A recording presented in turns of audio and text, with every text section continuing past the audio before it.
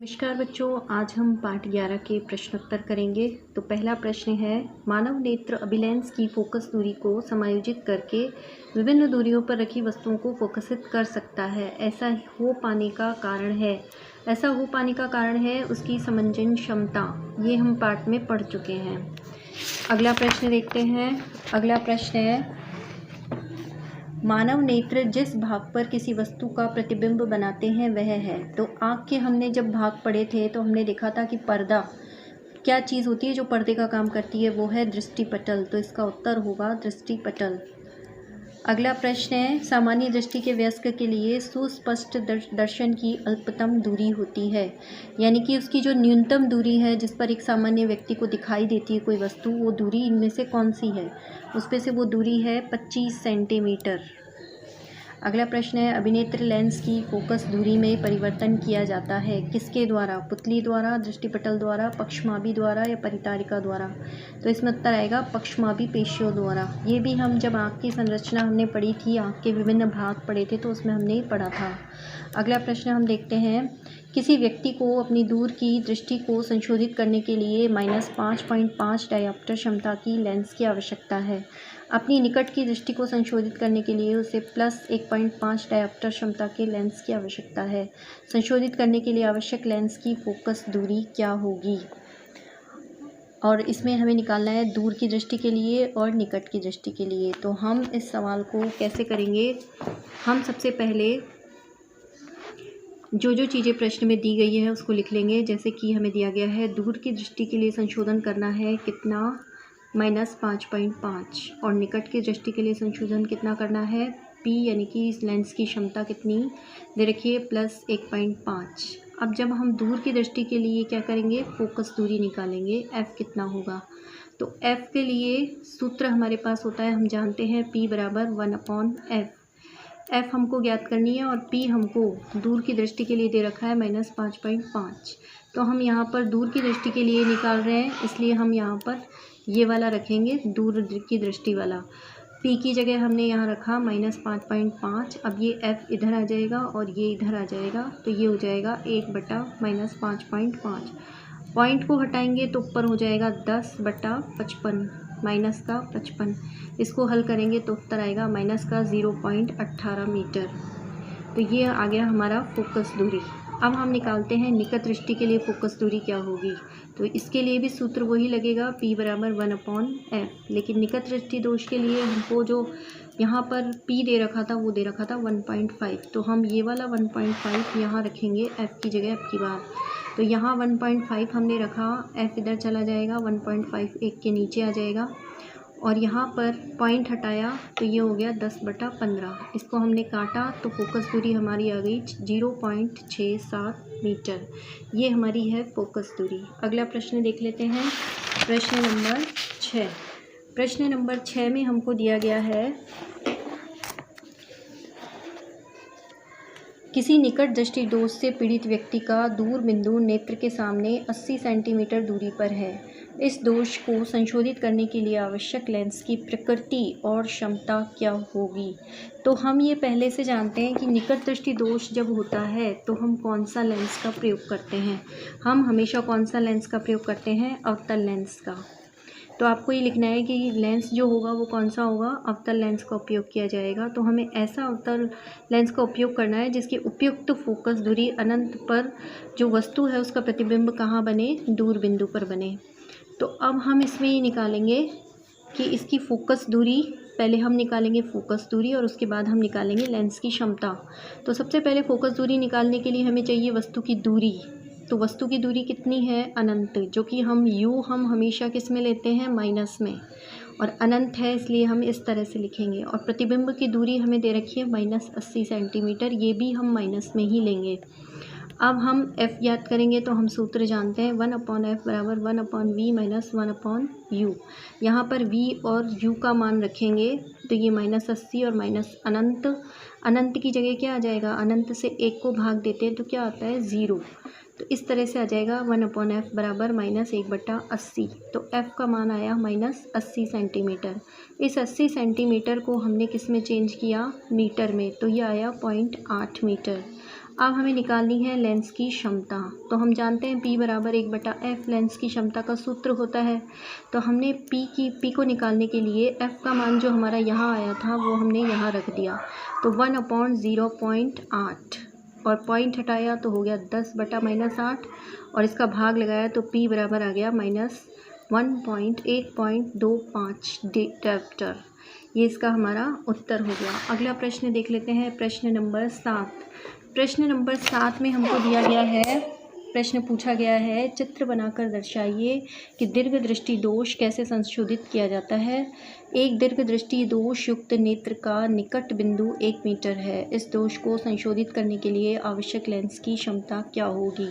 यह मान लीजिए कि सामान्य नेत्र का निकट बिंदु 25 सेंटीमीटर है। तो इसमें जब हमने पाठ पढ़ा था तो यहाँ पर हमने एक चित्र में दूरदृष्टि दोष और निकट दृष्टि दोष के बारे में हमने इसमें पढ़ा था। तो यहाँ पर हमको निकट दृष्टि दोष और दूरदृष्टि दोष की हम इसमें निकालेंगे। तो हमें जैसा कि प्रश्न में क्या कहा गया है कि दीर्घ दृष्टि दोष कैसे संशोधित किया जाता है, तो हम चित्र कौन सा देखेंगे, दीर्घ दृष्टि दोष का देखेंगे, यानी कि ये वाला चित्र देखेंगे। इस वाले चित्र को बनाएंगे। यहाँ पर सबसे पहले दे रखा है सामान्य नेत्र का, जो नेत्र जिसमें कोई कमी नहीं है। तो जब कोई वस्तु यहाँ पर रखी होती है तो उसका जो प्रतिबिंब बनता है वो रेटिना पर यहाँ बनता है। लेकिन जब उसकी आँख में दीर्घ दृष्टि दोष हो जाता है तो दोष बनने के बाद उस व्यक्ति को जो पहले यहाँ वस्तु दिखाई दे रही थी, अब वो वस्तु उसको यहाँ दिखाई देती है। यहाँ लाने पर उसको ये दिखाई देती है, यानी कि 25 सेंटीमीटर दूरी से खिसक कर वो बिंदु कहाँ चला गया, 1 मीटर की दूरी पर चला गया। यानी कि अब उसका जो प्रतिबिंब है वो इस रेटिना से कहाँ बन रहा है, यहाँ पर, जिसकी वजह से उसको दिखाई नहीं देता है। ये है दोषयुक्त नेत्र। लेकिन जब इसका संशोधन किया जाएगा इस दोष का, तो कैसे किया जाएगा कि यहाँ पर इस उत्तल लेंस का प्रयोग किया जाएगा उसके चश्मे में, जिससे उसका प्रतिबिंब जो है रेटिना पर बनेगा और उसको जो वस्तु 1 मीटर पर रखी है वो भी दिखाई देना शुरू हो जाएगी। तो इसका मतलब ये है कि जो पहले बिंदु उसका था उस बिंदु से खिसक कर वो आगे चला गया है, जिसकी वजह से उसका जो प्रतिबिंब है वो रेटिना से आगे बन रहा है। तो इस प्रकार आपको इसमें ये वाला चित्र बनाना है दीर्घ दृष्टि दोष के लिए। और इसमें सवाल कैसे करेंगे, सवाल हम ऐसे करेंगे कि प्रश्न में हमें दिया गया है बिंब की दूरी जो कि 25 सेंटीमीटर है, तो हम हमेशा माइनस में ही लेते हैं u, ये हम पहले ही कह चुके हैं। और प्रतिबिंब यानी कि v की दूरी कितनी हो गई है उसकी, -1 मीटर, इसको भी हम माइनस में ही लेंगे। तो 1 मीटर की दूरी हो गई है तो इसको हम लिखेंगे सेंटीमीटर में, यानी कि 100 सेंटीमीटर। अब हम जानते हैं कि फोकस दूरी का सूत्र क्या है, 1/f बराबर 1/v माइनस 1/u, और हम v का मान रखेंगे बटा 100 माइनस 1/25। इन संख्याओं को जब हम हल करेंगे तो आएगा -1 + 4/100, यानी कि 3/100 सेंटीमीटर। यानी कि f का मान आया 100/3 सेंटीमीटर। अब ये सेंटीमीटर में है तो इसको हम किस में बदलेंगे, मीटर में। मीटर में बदलने के लिए हम क्या करेंगे, 100 से भाग देंगे। जब हमने 100 से भाग दिया तो 100 ये कट जाते हैं, यानी कि f का मान क्या आया, 1/3 मीटर। अब हमें निकालनी है लेंस की क्षमता। लेंस की क्षमता निकालने के सूत्र हम जानते हैं, P बराबर 1/f होता है। तो P बराबर 1/1, ये f का जो मान है वो यहाँ हमने निकाला था 1/3, तो हम यहाँ 1/3 रखेंगे तो उत्तर आएगा P बराबर +3.0 डायोप्टर। इस प्रकार प्रश्न नंबर 7 हमारा हो जाता है। अब हम देखते हैं प्रश्न नंबर 8। प्रश्न नंबर 8 में हमको पूछा गया है कि सामान्य नेत्र 25 सेंटीमीटर से निकट रखी वस्तुओं को स्पष्ट क्यों नहीं देख पाते हैं। तो स्पष्ट नहीं देख पाते हैं उसका कारण ये है कि जो हमारी आँख है वो उसकी जो फोकस दूरी है वो एक निश्चित सीमा तक ही वो समायोजित की जा सकती है, उससे कम सीमा पर वह समायोजित नहीं की जा सकती है। इसका उत्तर मैं आपको अगर लिखे हुए शब्दों में बताऊं तो वो यहाँ इस तरह से होगा कि सामान्य नेत्र क्योंकि फोकस दूरी निश्चित सीमा से कम नहीं होती है। ये हम इसको उत्तर लिखेंगे कि हम 25 सेंटीमीटर से कम की दूरी पर क्यों नहीं देख पाते, क्योंकि जो हमारी फोकस दूरी होती है वो निश्चित सीमा से कम नहीं होती है। अगला हम देख लेते हैं प्रश्न। अगला प्रश्न हमें पूछा गया है कि व्याख्या कीजिए। नहीं, हमें ये पूछा गया है कि जब हम नेत्र से किसी वस्तु की दूरी को बढ़ा देते हैं, तारे क्यों टिमटिमाते हैं। पहले हम इसका देख लेते हैं कि तारे क्यों टिमटिमाते हैं। तो इसका कारण है कि तारे जो हैं, मैंने पहले भी जब पाठ पढ़ाया था तब समझाया था कि तारे जो हैं वो हमसे बहुत दूर हैं, पृथ्वी से बहुत दूर है, जिसकी वजह से वो वायुमंडल की विभिन्न परतों से होकर गुजरते हैं। और विभिन्न परतों से होकर गुजरने के कारण उन विभिन्न परतों का जो अपवर्तनांक होता है वो भिन्न भिन्न होता है, जिसकी वजह से वो बहुत बार विचलित हो जाते हैं और बहुत बार इधर उधर मुड़ने, अभिलंब की तरफ मुड़ने और अभिलंब की तरफ से दूर हटने के कारण वे उसकी जो प्रकाश की किरण जो आती है वो मुड़ती हुई सी दिखाई देती है। तो हम इसका उत्तर कैसे लिखेंगे, इसमें आप ये वाला चित्र बना सकते हैं और इसका उत्तर लिखेंगे कि तारे पृथ्वी से बहुत दूर होने के कारण इनका प्रकाश वायुमंडल की विभिन्न परतों को पार करके पृथ्वी तक पहुंचता है। विभिन्न परतों का अपवर्तनांक भिन्न भिन्न होने से ये अनेक बार अपवर्तित होकर कभी अभिलंब की ओर और कभी अभिलंब से दूर हटता है। इस प्रकार प्रकाश किरण के बार बार मुड़ने से तारे की वास्तविक स्थिति नहीं दिखती है और आभासी स्थिति भी बदलती रहती है। इस प्रकार आँखों तक पहुँचने वाली प्रकाश किरण कभी धुंधली और कभी चमकीली होती है, जो कि तारों का टिमटिमाना कहलाता है। अगला प्रश्न हमें ये पूछा है कि ग्रह क्यों नहीं टिमटिमाते हैं। तो इसका उत्तर भी हम यही पढ़ लेंगे कि ग्रह क्यों नहीं टिमटिमाते हैं जबकि ग्रह नज़दीक होते हैं तारों से। तो पहला कारण यही है कि क्योंकि तारों से नज़दीक होते हैं ग्रह, इस वजह से वे टिमटिमाते हुए नज़र नहीं आते हैं, क्योंकि दूरी कम होने की वजह से अपवर्तन जो है वो कम होता है। तारों का प्रकाश हम तक आता है तो उसमें अपवर्तन ज़्यादा होता है। तो पहला कारण तो नज़दीक है। दूसरा कारण है कि तारा जो है वो एक प्रकाश स्रोत है, ये एक प्रकाश स्रोत है, जबकि ग्रह जो है वो अनेक बिंदुसाई स्रोतों का संग्रह है, जिनसे निकलने वाले प्रकाश में कुल परिवर्तन का औसत मान 0 होता है, जिससे ग्रह टिमटिमाते हुए नहीं दिखते हैं। अगला प्रश्न हम देखते हैं, सूर्योदय के समय सूर्य रक्ताभ क्यों दिखाई देता है, यानी कि सूर्य का रंग हमें लाल सा क्यों नज़र आता है।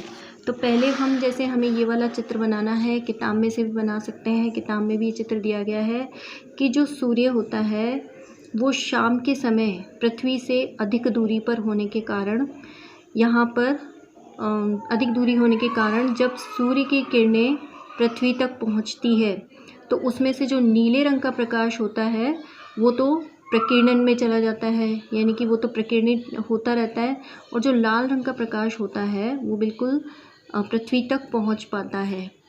तो इसका प्रकीर्णन कम होता है लाल रंग के प्रकाश का, इसलिए वो तो पृथ्वी तक पहुंच जाता है, लेकिन जो नीले रंग का प्रकाश होता है उसका बहुत अधिक प्रकीर्णन होने के कारण वो पृथ्वी तक नहीं पहुंच पाता है, और जबकि दिन में ऐसा नहीं होता है। तो हम इसको उत्तर को कैसे लिखेंगे, आपको ये वाला चित्र बनाना है किताब में से और उत्तर लिखना है, सूर्योदय व सूर्यास्त के समय सूर्य पृथ्वी से अधिक दूर होता है, तो प्रकाश जब वायुमंडल से होकर गुजरता है तो नीले रंग का प्रकीर्णन अधिक हो जाता है और वो हमारे नेत्रों तक नहीं पहुंच पाता, जबकि लाल प्रकाश हमारे नेत्रों तक पहुंच जाता है, जिससे सूर्य हमें कैसा दिखाई देता है, रक्ताभ दिखाई देता है। यहाँ तक आपको इसका उत्तर लिखना है। अगला प्रश्न हमें पूछा गया है कि किसी अंतरिक्ष यात्री को आकाश नीले की अपेक्षा काला क्यों दिखाई देता है, यानी कि किसी अंतरिक्ष यात्री को हमें आकाश काला क्यों दिखाई देता है अंतरिक्ष यात्री को। तो इसका हम लिखेंगे,